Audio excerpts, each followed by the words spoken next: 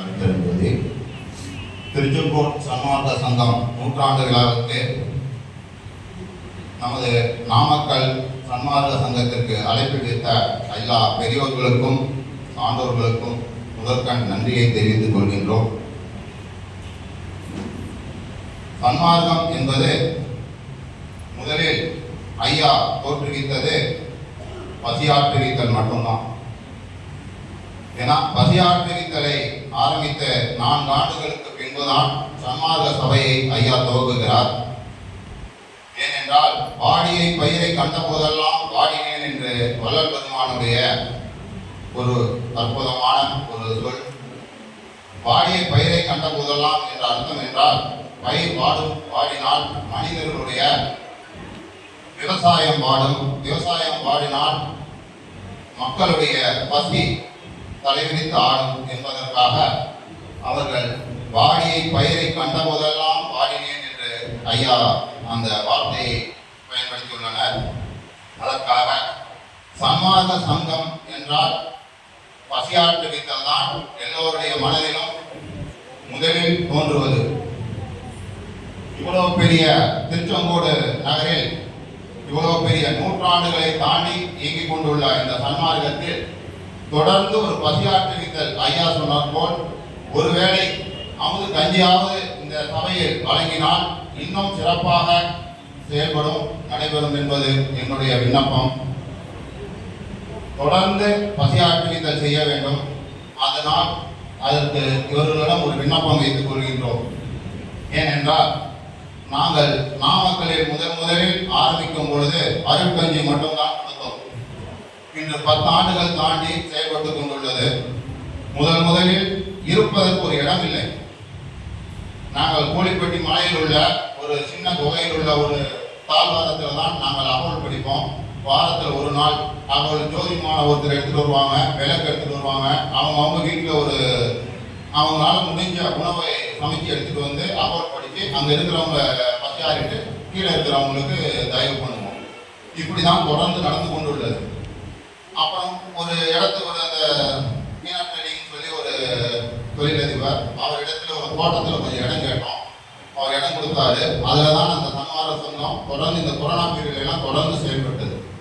ஏன் இப்போ சொல்ல வரேன்னா தயவால மட்டும்தான் உயர முடியும். ஏன்னா ஐயா சொல்றாருங்க, பல சாதனங்கள் இருந்தாலும் அந்த சாதனங்கள் செஞ்சு நாம் அந்த ஒரு மரணமில்லா பெருவாழ்வு அடையக்கூடாதுங்கிறார். எப்படி அடையணுங்கிறாருன்னா தயவும் கருணையால் மட்டும்தான் நம்ம அந்த மரணமில்லா பெருவாழ்வு அடையணும்னு ஐயா அதை வலியுறுத்தியிருக்கார், விண்ணப்பித்தும் உள்ளார். ஏன்னா அதை தான் சொல்றாரு ஐயா. ஏன்னா அது மற்ற சாதனங்கள் செய்யும் போது அது சிற்றின்பமாக மாறும், ஒரு நிலையை அடைய முடியாது. அதே தயவும் கருணையும் ஜீவகாரியத்துடன் பயணித்தால் நாம் மரணமில்லா பெருவு அடையலாம். ஏன் அந்த தயவும் பசியாற்றுவித்தலும் செய்ய வேண்டும் ஐயா சொல்றாருன்னா, தயவும் பசியாற்றுவித்தலும் செய்யும் போது நம் உடலில் ஒரு விதமான உஷ்ணத்தை உண்டு பண்ணும். அந்த உஷ்ணமாகப்பட்டது சுத்த உஷ்ணமாகும். மனிதனுக்கு 2 உஷ்ணங்கள் உண்டு, அசுத்த உஷ்ணம், சுத்த உஷ்ணம்.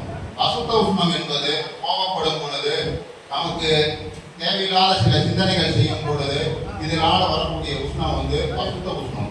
சுத்த உஷ்ணம் என்பது இது மாதிரி சத்விஸ்வாரம், பரோபகாரம், ஆன்மீக சிந்தனைகள், நல்ல எண்ணங்கள், இவை மூலமாக சுத்த உஷ்ணத்தை உண்டு பண்ண முடியும். அதனால்தான் ஐயா சொல்றார் பேருபதேசத்துல சுத்த உஷ்ணத்தை உண்டு பண்ணி கொண்டுதான் நாம் இந்த இறை வாழ்க்கை சன்மார்க்க பயணத்தை துவங்க வேண்டும் என்று ஐயா அதை ரொம்ப முக்கியமாகவும் வலியுறுத்தி சொல்றார். ஒவ்வொருத்தரும் அவரவர் வீட்டில் முடிக்க வரணும் ஜோதி ஏற்றி மகாமந்திரத்தை சொல்லணும். மகாமந்திரத்தை சொல்றதுனால பலவிதமான நன்மைகள் உண்டு. அதை அனுபவித்து பயனடைந்தவர்களுடைய நிறைய பேர் இருக்காங்க. அதில் நாங்களும் ஒண்ணு. அதனால மகாமந்திரத்துக்கு அவ்வளோ பெரிய சக்தி உண்டு. எப்போ தொடங்கினாலும் இதுக்கு நேரங்காலம் கிடையாது, குளிக்கல, சுத்தமா இல்லை, அதெல்லாம் காரணமே கிடையாது.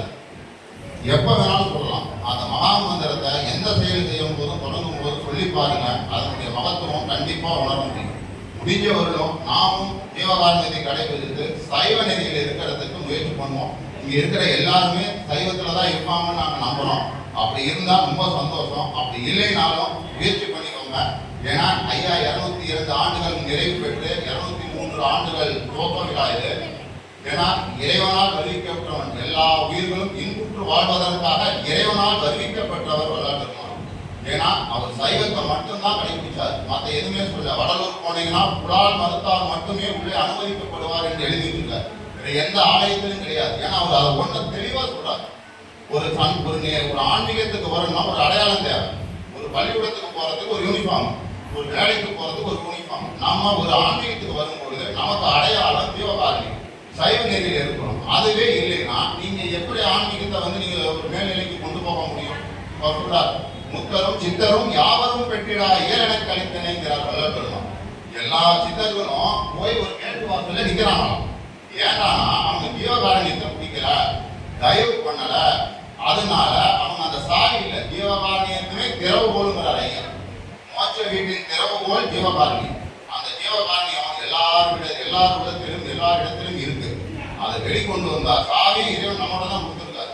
அந்த சாவியை வச்சு அந்த ஜீவகாரணி கதவை திறந்து நாம் இறைவன் போய் இரண்டரை கலக்க வேண்டும் அப்படின்னு சொல்லி இந்த வாய்ப்பளித்த அனைவருக்கும் ரொம்ப நன்றி.